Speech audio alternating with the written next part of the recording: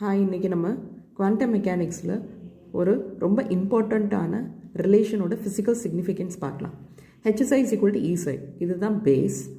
இது வந்து eigen value equation. இதில் ஹெச்ங்கிறது total energy of the system, ஈங்கிறது எனர்ஜி ஐகன் வேல்யூ.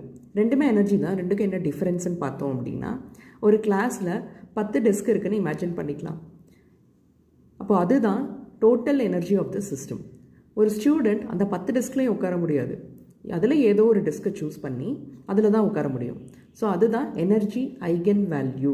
இப்போ இதே இது குவாண்டம் மெக்கானிக்ஸ் டேர்மில் சொன்னோம் அப்படின்னா, ஒரு சிஸ்டம் வந்து பல ஜூல்ஸ் அளவுக்கு எனர்ஜி இருக்கும். சிஸ்டம்னா ஒரு டோட்டலாக ஒரு ஆட்டத்துக்கு நிறைய எனர்ஜி லெவல்ஸ் இருக்கும். ஸோ அதுக்கு டோட்டல் எனர்ஜி வந்து நிறையவே இருக்கும். ஒரு ஃபார் எக்ஸாம்பிளுக்காக ஒரு சம் 100 ஜூல்ஸ் இருக்குன்னு நம்ம இமேஜின் பண்ணிக்கலாம். ஒரு எக்ஸாம்பிளுக்காக அந்த 100 ஜூல்ஸ்லையுமே எலக்ட்ரான் ட்ராவல் பண்ண முடியாது.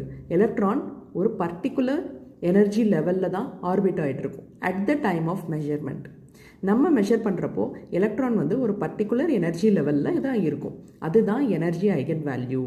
அப்போ ஹெச் கேப்புங்கிறது என்னென்னா total energy of the system, ஈங்கிறது energy eigen value of the particle at the time of measurement. நம்ம மெஷர் பண்ணுறப்போ அந்த பார்ட்டிகளோட எனர்ஜி என்ன இருக்குது, அதுதான் இ. தேங்க்யூ.